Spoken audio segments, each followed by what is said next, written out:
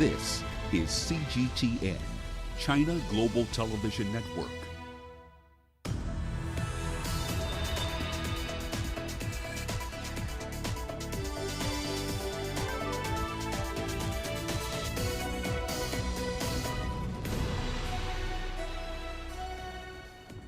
Hello there, welcome to this edition of Global Business Africa. In the course of the hour, we'll run through the business news stories you need to know about from the continent and beyond. But first, a quick run through the markets for you. Let's start in East Africa. The region's biggest bank by assets, Security Bank, will be releasing its half-year results at about 04:45 GMT on the 17th of August. After getting battered by the pandemic last year, it's had a fairly strong run since.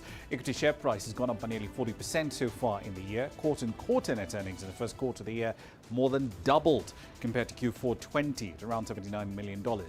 Elsewhere, Tesla shares did fall around 1.7% in pre-market trading. US authorities did open a formal probe into Tesla's autopilot system.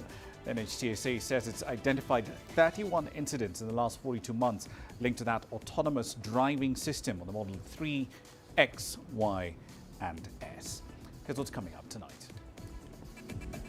The UN Security Council is holding an emergency meeting on Afghanistan after Kabul falls to the Taliban.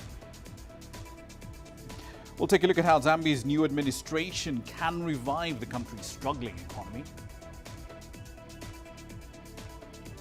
And we'll examine how one business in South Africa has remodeled its strategy in order to survive the pandemic. Our starting point tonight is not on the African continent. We start with a focus on security, specifically in Afghanistan. The United Nations Security General, Antonio Guterres, is urging leaders to use all tools at their disposal to suppress the global terrorist threat in Afghanistan.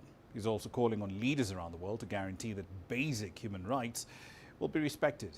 He made those comments at an emergency session on Monday after the Taliban took control of Kabul. We must speak with one voice to uphold human rights in Afghanistan. I call upon the Taliban and all parties to respect and protect international humanitarian law and the rights and freedoms of all persons. We are receiving chilling reports of severe restrictions on human rights throughout the country. And I am particularly concerned by accounts of mounting human rights violations against the women and girls of Afghanistan who fear a return to the darkest days. The international community must unite to make sure that Afghanistan is never again used as a platform or safe haven for terrorist organizations. I appeal to the Security Council and the international community as a whole to stand together, to work together and act together, and use all tools at its disposal to suppress the global terrorist threat in Afghanistan and to guarantee that basic human rights will be respected. Well, the Chinese Foreign Ministry has held a news conference about the ongoing chaos in Afghanistan. China says it respects the will of the people and will continue to monitor the situation. Yu Yang has those details. Chinese Foreign Ministry spokesperson Hua Chunying has made Beijing's stance clear. She said China expects an inclusive political arrangement that is acceptable to all Afghan people and for a lasting peace in a country that has been at war for decades. The situation in Afghanistan has undergone major changes. China respects the will and the choices of the Afghan people. The war there has lasted for over 40 years. Bringing an end to the war and realizing peace is the common aspiration of the more than 30 million Afghan people and the international community. Hua added China hopes all forms of terrorism and crimes can be curbed so that Afghan people can stay away from war and rebuild their homeland. China noted that yesterday, the Taliban said the war in Afghanistan is over and that they will negotiate to form an open and inclusive Islamic government and take responsible actions to ensure the safety of Afghan citizens and foreign missions in the country. China says it looks forward to seeing these words translated into action so a smooth transition of power can take place. Liu Yang, CGTN, Beijing.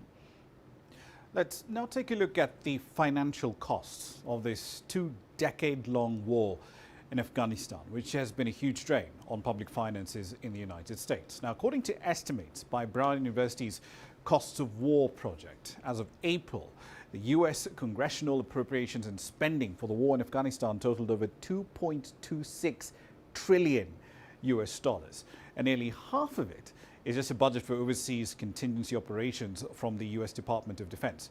According to Professor Linda Blimes of Harvard University's Kennedy School of Government, the U.S. is committed to pay more than $2 trillion in healthcare, disability costs, burial and other costs for roughly 4 million veterans who fought not just in Afghanistan, but in Iraq as well.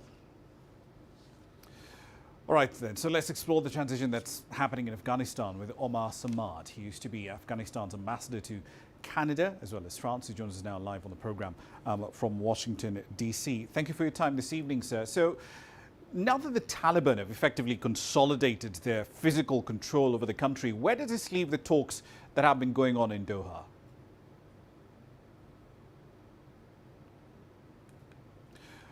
All right, then we are having some technical problems with that link. We'll try and clear that up and get back to it in a moment. For the time being, let's head over to Zambia. The opposition supporters in the country have been celebrating there after Hakainde Hichilema beat the incumbent president Edgar Lungu in the presidential election. Lungu has already conceded defeat, but as CGTN's Ulkis Nyabo now reports, the incoming president has a huge task ahead of him as Zambia continues to battle economic challenges related to COVID-19. After 6 attempts at the presidency, Hakainde Hichilema has finally clinched it. My fellow citizens, citizens of Zambia, it is with great honor, humility, gratitude that I stand before you today to say change is here.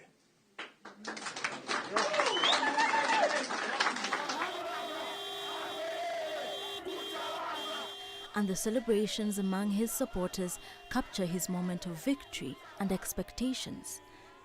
The new government coming in place, we can at least see that they'll find jobs for us to do. But then with the old regime, which was based on cadres just getting work and opportunities, this is the change that we needed. That's why people are happy. Disgruntled youths, that's what they called us. And now we show them that we're not disgruntled. We're actually the youths that make the change.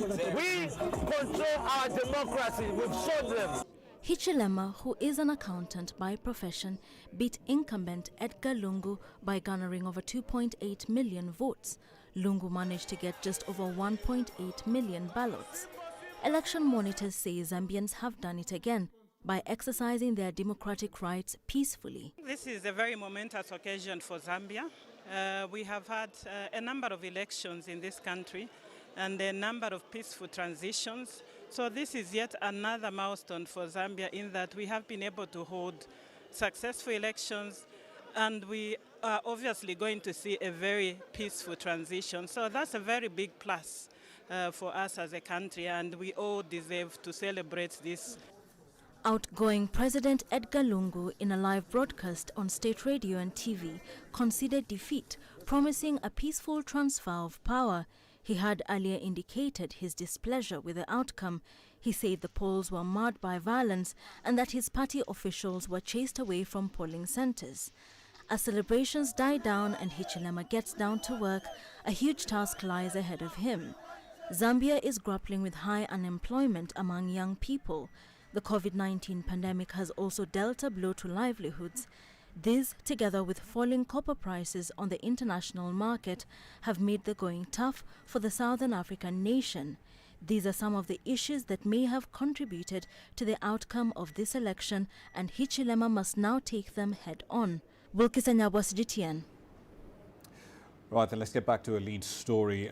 The transition, of course, that's happening in Afghanistan.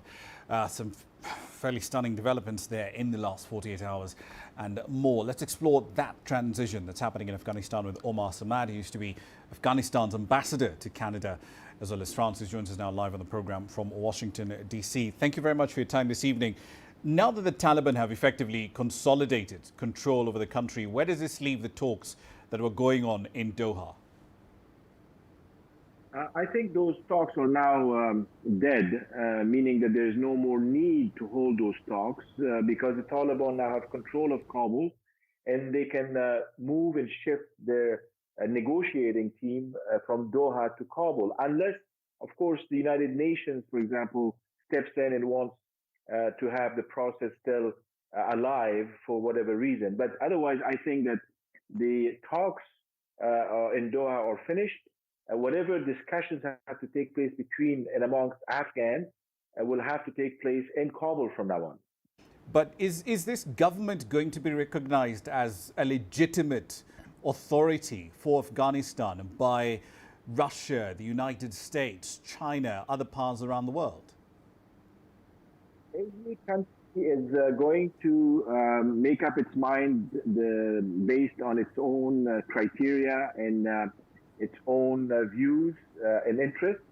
I don't know if there will be a collective decision by the international community to either recognize or not recognize. I think that in the region and in the neighborhood of Afghanistan, all its neighbors eventually are going to recognize it because they have to. It's a neighboring country and they have a lot of bilateral issues to deal with. But countries other than that, like the United States, Western Europe, they obviously are going to maybe take some time to evaluate the situation and see if the Taliban will adhere to some of the standards or criteria that others will propose or will request. So a spokesman for the Taliban said a little earlier there will be, quote, no revenge on the country's citizens. But how seriously should we take that statement? So far, we have been very cautious.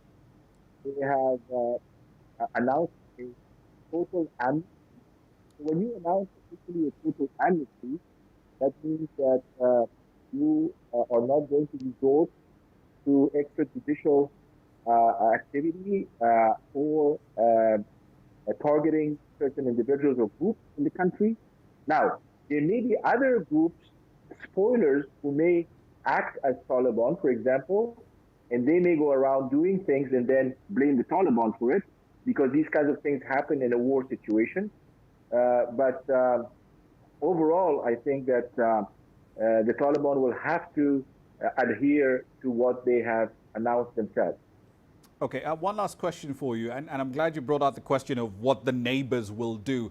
I'm trying to look at this from the perspective of the authorities across the border in Tehran. They're looking at this U.S. withdrawal across the region, out of Iraq to some extent, out of Afghanistan now.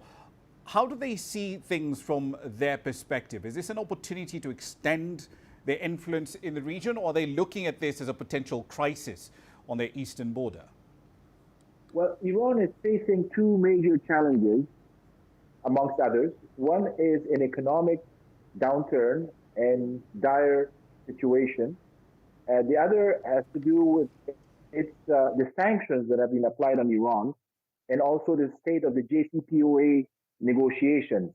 So Iran is much more concerned about those issues, and whatever policy it has towards Afghanistan is sort of, to some extent, dictated by these other two issues.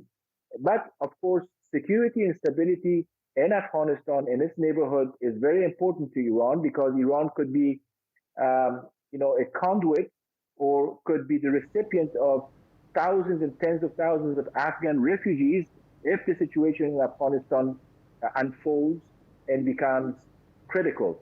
But for now, the borders are secure, and Iran may decide that it wants to establish some kind of relationship with the new government in Kabul once that government is put in place and functions as a government. Indeed, some interesting developments in Afghanistan. Thank you very much for your time this evening, Sir Omar Samad, former Afghanistan ambassador to Canada and France.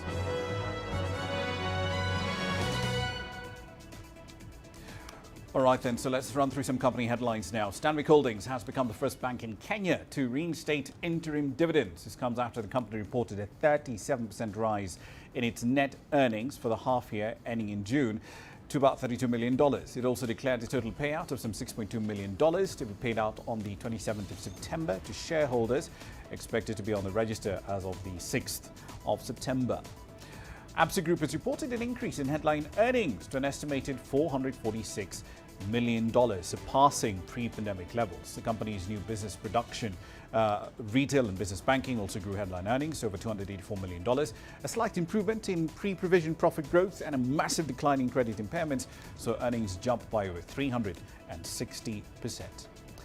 Walmart is looking to hire a cryptocurrency expert to develop a blockchain strategy, joining a growing number of large corporations exploring the viability of digital currencies like Bitcoin and many others. Now, that position will be responsible for, quote, developing the digital currency strategy and the product roadmap and identifying crypto-related investments and partnerships. Certainly want to keep a very close eye on. And the social media giant Facebook, in partnership with China Mobile and MTN, is set to build a wider-than-planned giant subsea cable in Africa. The companies will also be adding the countries of Seychelles and Comoros, as well as Angola, and a new connection to southeast Nigeria. That's in addition to the recently announced link to the Canary Islands, and it would bring in connection landings to 35 in 26 countries. That's a run through your headlines.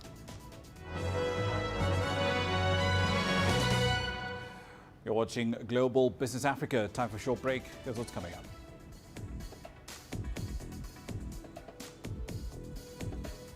We'll take a look at how Zambia's new administration can revive the country's struggling economy.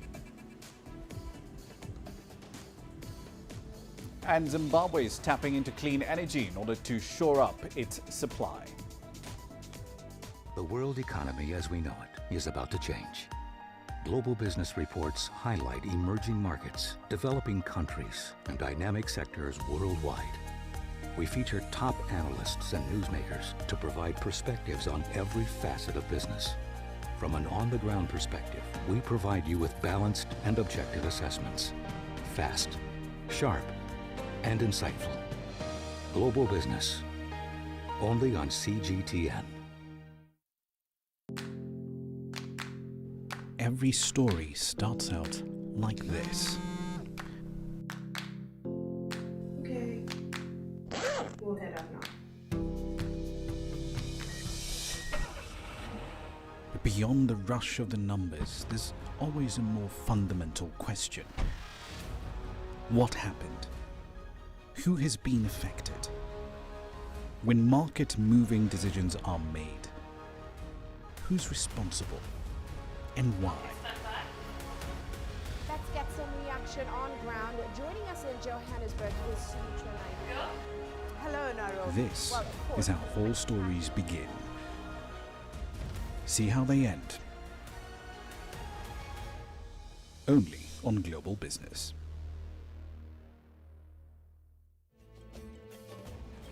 There's more to this place than just glorious landscapes.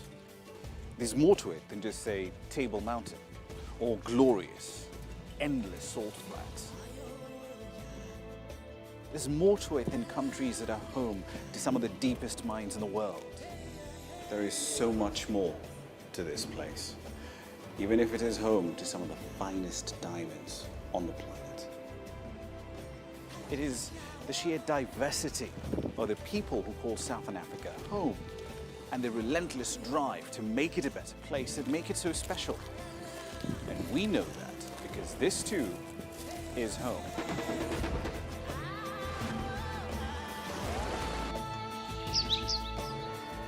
No one knows Southern Africa like we do. CGTN, see the difference.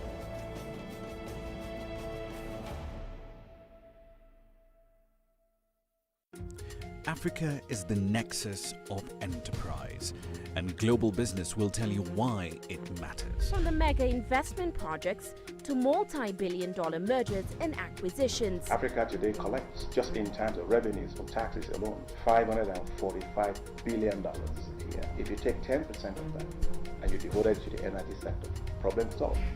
All this on Global Business, weekdays at this time on CGTN.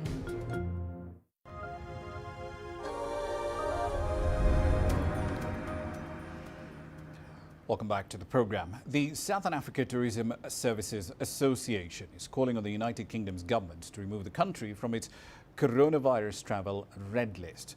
South Africa says that the travel ban is completely incompatible with scientific evidence and data that's coming out at the moment, and it's affecting bilateral ties. Now, this comes in the wake of curbs that were based on the discovery of the beta variant of COVID in South Africa. It then led to UK tourists facing a mandatory quarantine of 10 days at their own expense in government-selected hotels after coming back from South Africa. All right, then, so let's explore that in a bit more detail. Angela Coppola joins us now live from Joburg with more data on this story. So, Angelo, last week, South Africa averaged around 10,100 new daily infections. That's half of the UK's new caseload over the exact same period of time. What argument is the UK giving for still keeping South Africa on the red list? Well, Raman, it's being reported that the UK Department of Transport is basing its decision on their top priority, which they say is to protect the public health. That decision is apparently being kept under regular review and is informed by the latest risk assessment, and that's from their joint biosecurity Centre and other public health concerns. However, the Southern African Tourism Services Association, SASTA, as you mentioned just now, says that the UK's decision is based on data that's 8 months old. So that's the CEO, in fact, went so far as to say that and question why, in fact, India was placed on an amber red light or an amber light, while the South Africans and tourism sector remains on that red list. So there's a bit of confusion here at the moment, and the big issue is why India was placed on an amber light and South Africa was placed on that red list. And of course the United States as well, with a far bigger caseload than everybody else, also on the amber list. But what's the UK's response to all of this? Because the data they're referring to is something that we know that everyone has access to. I mean, the questions are not going to stop coming. So what's their response? Well, look, as it stands currently, it doesn't appear as if the UK authorities are going to be budging. That might all change. For now, though, it's standing steadfast. You'll recall there's a similar situation that happened with visitors from the US a couple of months ago, coming to South Africa, that is. The local tourism sector made a big noise about it, about the travel ban that was imposed. The Tourism Business Council CEO, in fact, actually called out the American ambassador to South Africa, asking him to explain the rationale behind the travel ban. And guess what? Hey presto, a couple of weeks later, and we were welcoming our first batch of visitors to the country. So the sector is probably hoping for the same kind of response here, Raman. All right, but what if that doesn't happen? Because the argument for a lot of these travel bans at this point in time just doesn't make sense. It's out of line with the data. The UK is one fine example of that. But is there perhaps a grudging acceptance in the sector that at some point they might just have to deal with rebuilding the sector without the 400,000 plus tourists that South Africa got pre-COVID? Well, look, you'll recall, as you mentioned just now, that there's a new bilateral trade agreement between the UK and South Africa as a result of that, what happened in the UK in terms of Brexit. And that's between the two countries. And that was inked in about 2019, conversations that happened in 2018. And that aims to cement the relationship. So this reticence at the moment is confusing to the tourism sector specifically.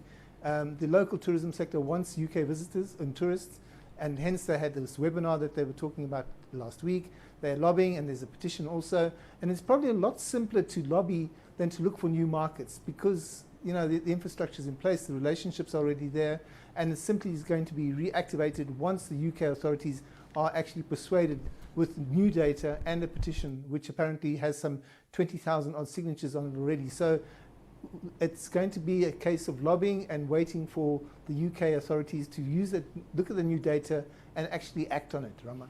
Indeed. Let's see if the data actually does make a difference. Angela Coppola in Johannesburg, thank you very much. Now, of course, as we had pointed out a little earlier on in the hour, there's been quite a change in Zambia. The incumbent head of state, Edgar Lungu, has essentially lost the election that was held on the 12th of August. Hakainde Hichilema, who's been trying to become the country's president, this was his 6th time vying for that post at the ballot box, has finally become the country's next president-elect. But he becomes the president of a country that is in deep economic trouble. Remember, Zambia became the continent's first pandemic-era sovereign defaulter on its Eurobonds. Its currency fell by at least 50% in 2020 as well. This year, it's down by nearly 10%. So where do you go from here? Let's explore that in a bit more detail with Rita Mkandawire. She's the Vice President at the Economics Association of Zambia, and she joins us now on the program. Rita, thank you very much for your time this evening. So, the country's currency has clawed back some gains against the American dollar, but after last year's nearly 50% collapse in the currency, well, unfortunately, perils of live TV. Sometimes things work, and sometimes connections just decide to die on you. Let's move on with the program, shall we? The United Nations' latest report on climate change is alarming, but not a complete surprise. The Intergovernmental Panel on Climate Change has noted in some cases the irreversible effects of human influence, our influence on the planet, and it's warned of much warmer temperatures a lot earlier than expected. South Africa's Environmental Ministry says a scientific assessment is a reminder of the urgent changes that need to be made. Here's CGTN's Sumitra Naidu with that report. According to the UN's Intergovernmental Panel on Climate Change, prolonged droughts, especially in southern Africa, will become more frequent in the coming years. This information reinforces existing scientific evidence that our region is likely to become drier, and reductions in rainfall can already be detected. The report states that droughts will become more frequent at a 1.5 degree and more so as the level of global warming increases. The report, which took 7 years to compile, will be finalized in 2022. The ongoing changes in weather patterns presented challenges, but also highlighted that the impact of global warming is already being felt across various regions. We know from, and it's not anecdotal evidence, we know from concrete evidence that the farming sector has actually been aware of these shifts in weather and certainly have been investing in meteorological studies in weather, more predictable weather, understanding weather patterns in a more predictable way, and investing in cover farming. That never used to be there 15, 20 years ago. They are definitely experiencing climate variability. Last year, South Africa again declared a state of disaster over prolonged drought in the Cape Provinces.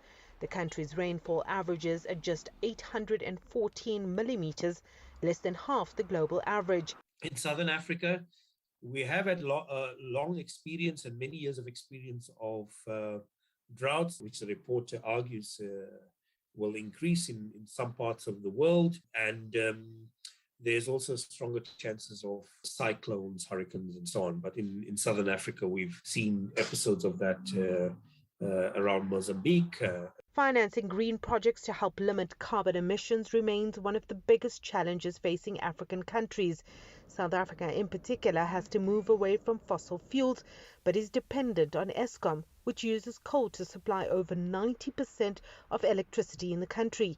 South Africa is hoping to address some of these and other challenges in November at COP26 in Glasgow. South Africa supports the common position of the African group of negotiators ahead of COP26, that ambition and climate action need to be dramatically increased. It is urgent that developed countries honor their obligations to provide financial support to developing countries who already face the impacts of climate change.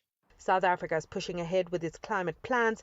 A presidential climate change commission has been established to oversee initiatives and projects that will help the country adapt to global warming and prevent further harm. Sumitra Naidu, CGTN, Johannesburg, South Africa. All right then, as I mentioned earlier, one of our lead stories tonight, the change of government over in Lusaka in Zambia.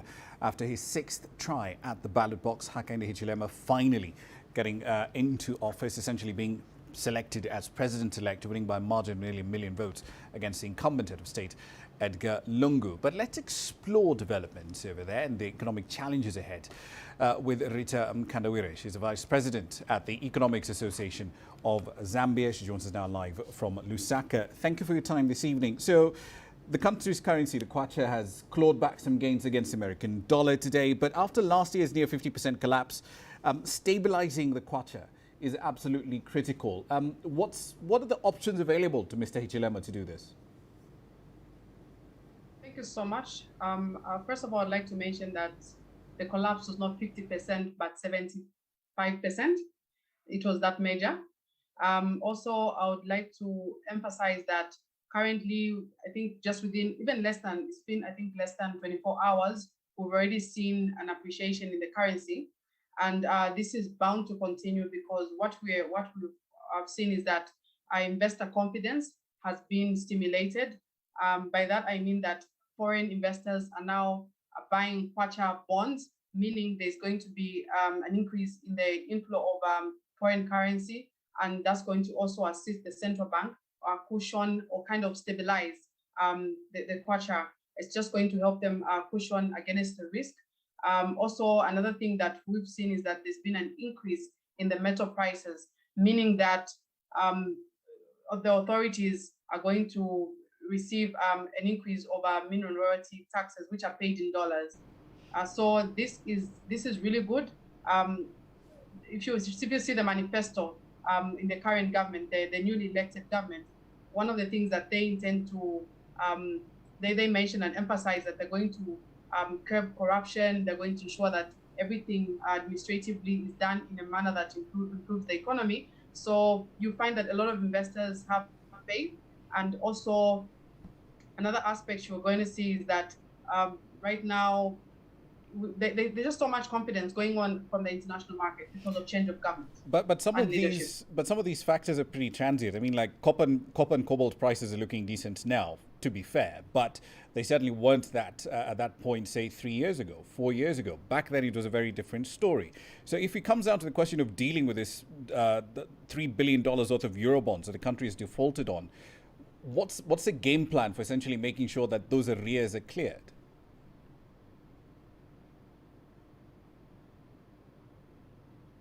So one of the things that the new elected president mentioned is that he's going to take up the IMF package negotiation further. Right now, they're at a microeconomic level, and that's one of the conditions that they're going to use to restructure the current debt, and especially the Eurobonds on which we defaulted on. Because you see, the stakeholders are interested in ensuring that there's economic stability. I mean, you just can't talk about restructuring without the IMF package. It's very, very critical. Right now, I think we've got Eurobonds that are due of about 750 million. And also the package is just going to create comfort because then there's going to be a plan as to how after the restructuring, the country and the government is going to be able to pay back on those Eurobonds. So there's just so much confidence. I mean, I'm very, very amazed at the level at which even just the investors and even just the local investors have confidence in the new change of government. As part of this restructuring, the broader restructuring of Zambia's public debt, that also implies that Mr. Hichilema has to commit to a lot more transparency on what Zambia owes, to whom that money is owed, and at what price. Will that also include debt due to China? That's right. Okay, he hasn't really, I think it's been a few hours in the manifesto, he didn't really mention that. He hasn't really given a clear roadmap as to how he's going to ensure, but one of the things that he mentioned clearly is that he's going to engage the IMF and ensure that the IMF package is concluded. The other aspects, I think we need to give him a bit more time to settle in his office, and then he can give a clear roadmap. However, looking at the government structures, I'm sure the Minister of Finance is going to make a pronouncement as to how they intend to, just manage the debt. I've seen so much emphasis. He acknowledged in his address today when he was addressing the nation, he admitted that the level at which Zambia is indebted has affected our rating. By that, I mean that there's been very little risk appetite. After the IMF package, I know that our risk rating is going to improve. And also, you'll find that a lot of investors just want to come into the country and be part of the game. Indeed. We'll leave it there for the time being. Rita Mkandawira, Vice President of the Economics Association of Zambia, thank you very much for your time this evening. Let's head over to Zimbabwe now. Now, the country's been grappling with prolonged power shortages as demand for power outweighs the available generation capacity there. But now the government is embarking on scaling up a range of solar projects aimed at increasing the available generation capacity. CGTN's Wilkis Nyabwa has that report. Zimbabwean authorities recently approved 39 solar power projects to aid in plugging the electricity deficit that has led to power outages. The government, in partnership with Chinese construction firm Sinohydro, has completed the Centragrid power project. It's on 120 hectares of land and is expected to inject 25 megawatts into the national grid. There's an enabling framework here. The government has opened up this space to private sector developers and investors to participate. We have received support from local institutional investors for expansion. The government itself has said we need at least 2,000 megawatts additional capacity from PV solar, from wind, small hydros to be able to meet our objectives. Centragrid is among the 39 solar power projects that were approved by the government to tackle the electricity disruption. Despite the strides it has made, the project is grappling with challenges. Every country, for it to develop renewable energy, you cannot just depend on the domestic market. There isn't enough depth. There's need for foreign financing support. And we need to improve on our access to foreign currency, either through the auction or opening up the sector to make it easy for foreign investors to bring money into the country and be able to repatriate interest payments and dividends and things like that. That is still a challenge. This is why you see that everybody is only depending on domestic financing, which has its own limitations. Centragrid currently produces 2.5 megawatts from this single unit. This is estimated to provide power to approximately 1,000 houses. Plans by the government to scale up electricity output are on course, and a projected capital input of around $30 million will be channeled towards those ventures. Wilkis Anyabwa, CGTN.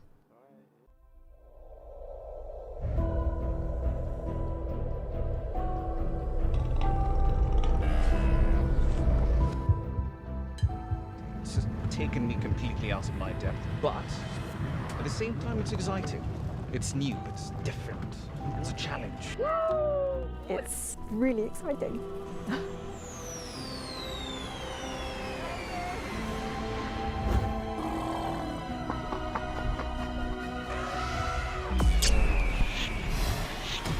Over the last 14 hours of rain.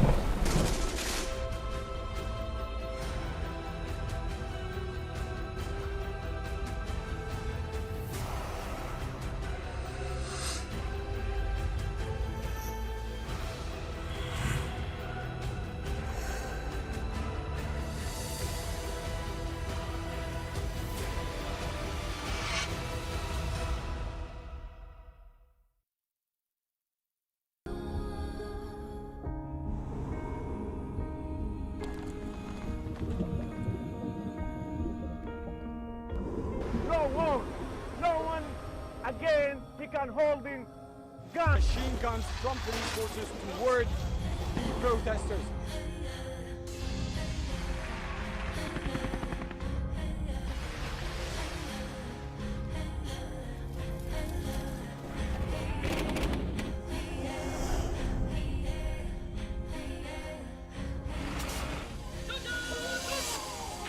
Were you worried about your life at that particular time? Not at all. Thank you very much for your time. What is your assessment of the state of the continent today? Africa has the potential to power itself. Excuse me.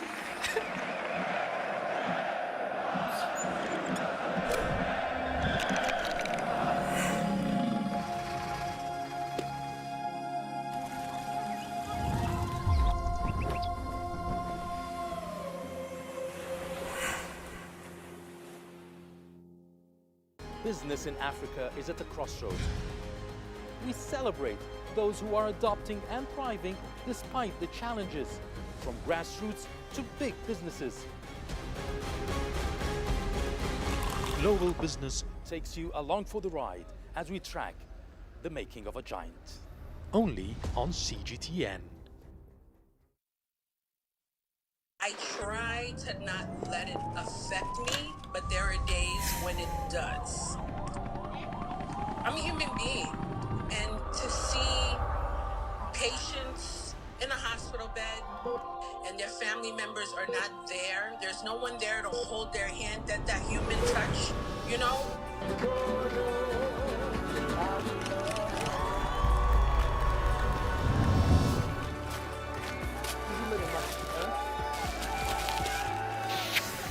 just hope everyone can remember that the situation is not permanent and that everything will get better eventually.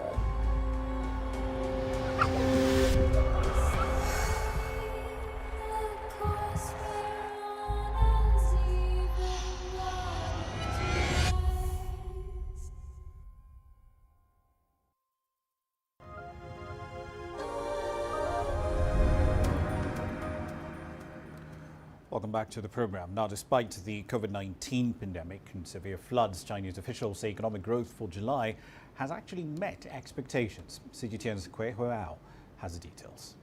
In July, several events have posed serious challenges to China's domestic economy. Central China's Henan province was ravaged by heavy floods. Then there was the wave of the Delta variant of COVID-19, which triggered outbreaks across the country. But despite the difficulties, Chinese authorities say the national economy maintained its steady recovery through July. Some major macro indicators did slow down due to various uncertainties like the flooding. For instance, the total retail sales of consumer goods in Henan went down in July. The Purchasing Managers' Index was lower than June's number. But overall, the indicators are within a reasonable range. Officials say the production of agricultural goods remained stable, industrial production grew steadily, and the growth of investment in manufacturing accelerated. The total value added of industrial enterprises above the designated size grew by 6.4% in July, higher than the same period for 2019 and 2020. The service sector continued to recover and market sales continued to grow. In July, the total retail sales of consumer goods was up by 8.5%. Online retail sales grew especially rapidly. Consumption recovery was continuing. Also in July, employment was generally stable. The urban unemployment rate was 5.2%, the same as that in June. For the second half of 2021, the spokesperson said economic growth may slow down because of the relatively sound performance in the second half of 2020.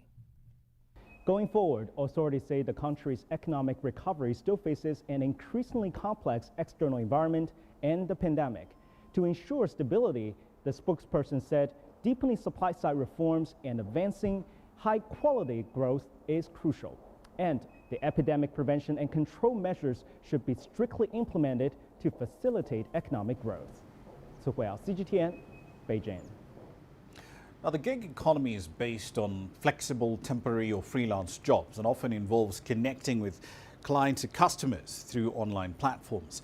Within China's booming digital sector, the gig economy plays an increasingly important part of the country's economic output, and that's opening new space for creatives. Xiaoping has this story on how one Chinese artist is turning food into handicrafts and earning a profit at the same time. For Pan Baoxing, making food miniature, the name for small-scale replicas of real-life dishes, is where she discovered what she calls self-value.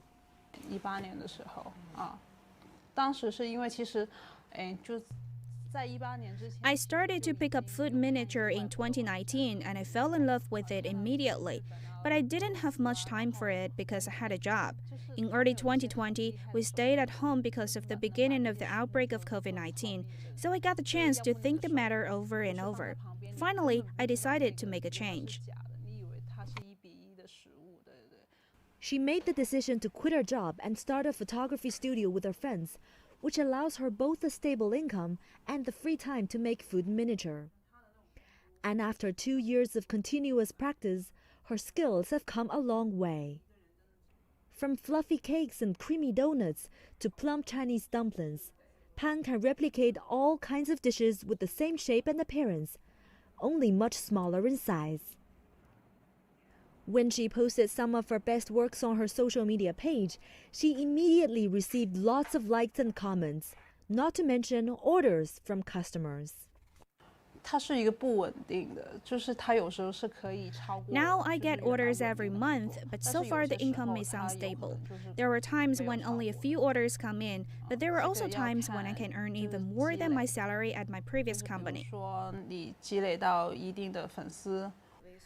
But money is not the only thing she's gained.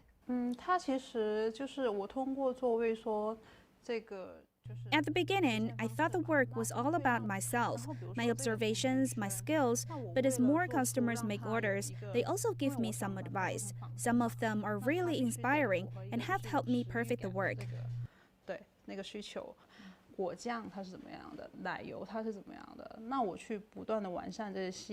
Online, Pan found a group of people sharing the same interest. They are from different parts of China and have different professional backgrounds. But they have one thing in common.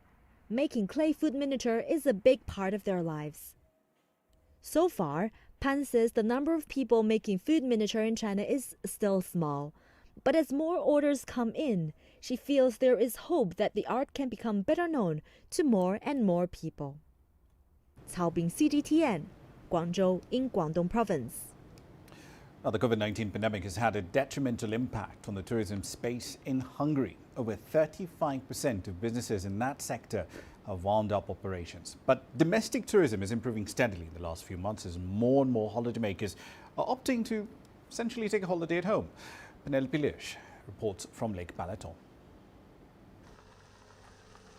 It's Hungary's most popular tourism destination, Lake Balaton, known as the Hungarian Sea, famous for blue water, wine and a growing cultural scene.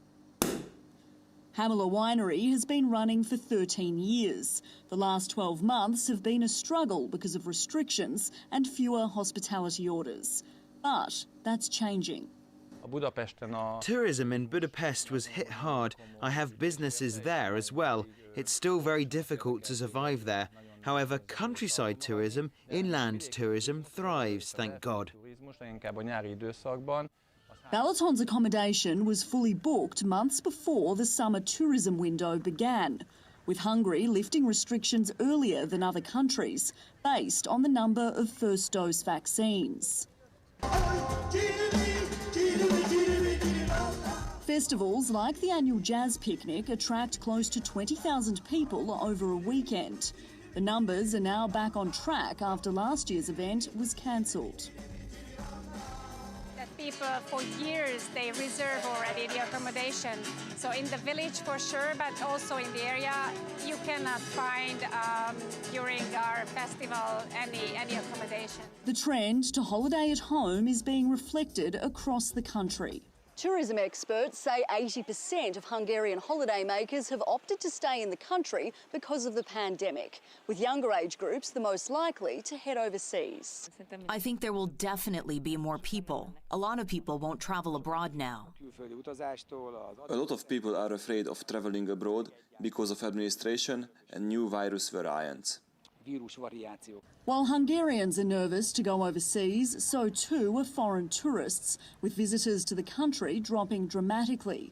It's estimated at least 35% of tourism business was lost to the pandemic. And while domestic tourism is starting to improve, it won't make up for the COVID losses. I'm not a fortune teller, but for the tourism sector in the whole country, we need at least 2 more years to get back. But here in Lake Balaton, we will get next year to the old numbers where we were before. The industry is now working to attract guests from abroad to visit areas like this all year round. Penelope Lish, CGTN, Lake Balaton. Now, quick run through commodity prices as we continue the bulletin. It's been a while since we saw a crude price number that didn't start with a 7, but that's pretty much where we are today. Brent crude is around 1% lower at $17.05, GMT $69.89 a barrel, partly in demand erosion concerns that are still persistent, of course, linked to the spread of the Delta variant of COVID-19. OPEC Plus reckoned that the current pace of production increases, 400,000 barrels a day of extra output coming online every month, is sufficient in their view, doesn't need to be raised. Platinum on the metal side seems to have found its feet. It's stabilizing low $1,000 an ounce region, having slipped by around 4.5% so far this year. Here's what's coming up next.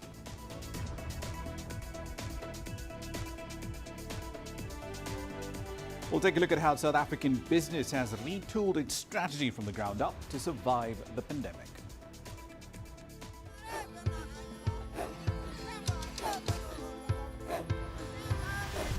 Africa is a continent of diversity, with varied climates and enchanting geography, and a people so distinct, but with a shared enduring spirit. We are at the heart of the continent to bring you the untold stories. Let's have a look. We celebrate Africa as it shapes its own destiny. I've been Djibouti, Tunis, Cairo, Juba, Johannesburg, Ethiopia, Tanzania. Africa Live. Find your voice. Images may appear to be identical, but looks can be deceiving. The difference is not always obvious. It has to be discovered. There are always different sides to a story. We put the focus on the details.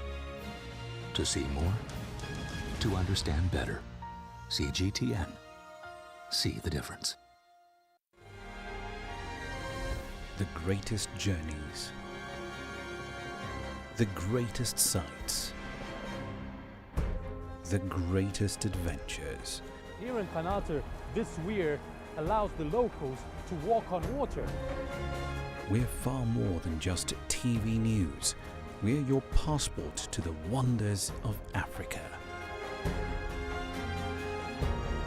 To bring you stories of struggle, survival, and hope.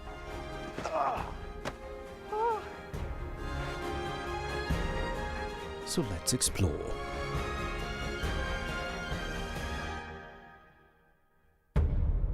CGTN. See the difference.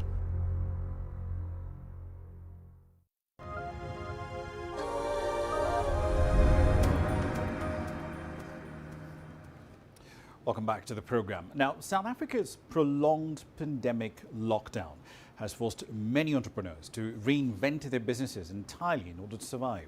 Those in the export and the tourism sectors have been particularly hard hit because both of those are yet to recover. CGTN's Julie Shire takes a look at one business that remodeled its entire business plan from the ground up in order to survive. That's our focus on grassroots. Business was booming for Durban-based AfriCrafters. Overseas orders were rolling in and it had a steady flow of work for its creatives until the coronavirus pandemic hit. So we all, like the rest of the world, had to just take a big breath, sit back and watch everything unfold and decide we could either just fold at that point in time or we could just wait and see what would happen, which is what we did. The months to follow were tough, but founder Lucretia Poulton knuckled down, set expansion plans in motion, and opened shop at one of Durban's prime tourist spots. We had already had plans to come into Shaka Marine World. Part of our rollout plan was to enter a major tourist destination where we could start our flagship store. When lockdown eased off around about October, November last year, we opened in the hope that we could have recovered all of our losses over the December period. Unfortunately, we went into level 3, which then impacted us hugely again because we had no tourists. To worsen matters, KwaZulu-Natal was hit by the worst looting and violence in years, which disrupted supply chains and caused further reputational damage. It's been hard. And like those bags, it's a tourist that they love, and even the local, but not that much. I think it will come right, but I don't know when it will come right. But my hope is say it will come right. It has slowed down a lot, but it gave me enough time to also be able to come up with new designs. You see, during quiet times when everything is quiet and everybody's almost like dead, I get some time to come up with more creativity and innovate more. I try not to dwell into the negatives too much. So I try to work more on what can I do in this current time that I'm facing, in changing my movements in the more positive direction. Poulton's business has barely stayed afloat, but she hasn't given up. She's investing further in her artists who create a range of products including handbags, clothing and metal art from recycled drums and car parts. So we are in the process of considering manufacturing. We haven't quite decided what we're going to be doing, but together with the entrepreneurs that fall under my banner, we intend to have a meeting and sit down and brainstorm a few ideas as to how we could take this entire thing forward in terms of manufacturing. South Africa remains on lockdown level 3. The slow rollout of vaccines has held back economic recovery, but Paulton and many others are hoping the situation will soon start to turn around as the vaccine program gains momentum. Julie Shara, CGTN, Cape Town, South Africa. Well, still in South Africa, concerns are mounting over there over the future of the endangered African penguin. This comes as the species is experiencing a significant decline in breeding. Scientists believe that that decline stems from a number of factors, including decreased access to food. The government now plans to initiate a penguin protection program. CGTN's Travis Andrews has the details. African penguins are one of South Africa's most iconic species, but their numbers are dropping significantly. Breeding pairs have fallen from just over 52,000 to around 14,200, and they continue to drop. Some scientists believe one of the key issues affecting the species is a lack of prey. They've declined over the last 30 years by 70%. And when we talk about food availability, it plays out in a number of different ways. So climate change is certainly having an impact on the availability of their food. And it's very difficult to tease out the impact of environmental changes versus competition with other predators of the same fish resources, including fisheries. In order to alleviate the situation, the Department of Forestry, Fisheries and the Environment will be implementing a penguin protection plan. This intervention is likely to include a limit on fishing activities around 6 key penguin colonies. The species plays an important role not just in the local ecology, but also in the local economy. The African penguin is one of the iconic species for South Africa and is certainly marketed both internationally and overseas as a top tourism product. We have the Simonstown colony in Simonstown, as well as the colony at Betty's Bay, and they do bring substantial revenue from gate fees in terms of accommodation. But now the government will continue to engage with various stakeholders to secure the future of the iconic species. South Africa's Department of Forestry, Fisheries and the Environment says any interventions will need to have limited economic implications for the country's small pelagic fishing sector, which is an important job creator. Now, the economic benefits the African penguin bring to the tourism sector is also something that is seriously being considered. Travis Andrews, CGTN, Cape Town. All right, then a quick run through the currencies on the program. So our commentary is going to focus on Ethiopia, though. The yield on Ethiopia's 2024 Eurobond does continue its seemingly inexorable rise in today's trading session. Last September, it was 5.6%. Today, 10.6%, and it just seems to keep rising. Banks in the country, remember, are told to stop issuing collateral-backed loans last week by the central bank there, with the finance minister saying cash raised in this manner was being used in the parallel currency market. The birr is at least 15% weaker so far this year against the dollar. It's gone as low as 45 or so in the formal market. It's a lot weaker on the parallel side. That's it for this edition of Global Business Africa. As always, we'd like to hear your thoughts on the content you've seen here in the last hour. Many ways to get your thoughts back to us. All of them are on your screens right now. I'm Ramah Nyang in the Kenyan capital, Nairobi. Thank you for your company in the last hour. The World Today is up next from Washington, D.C.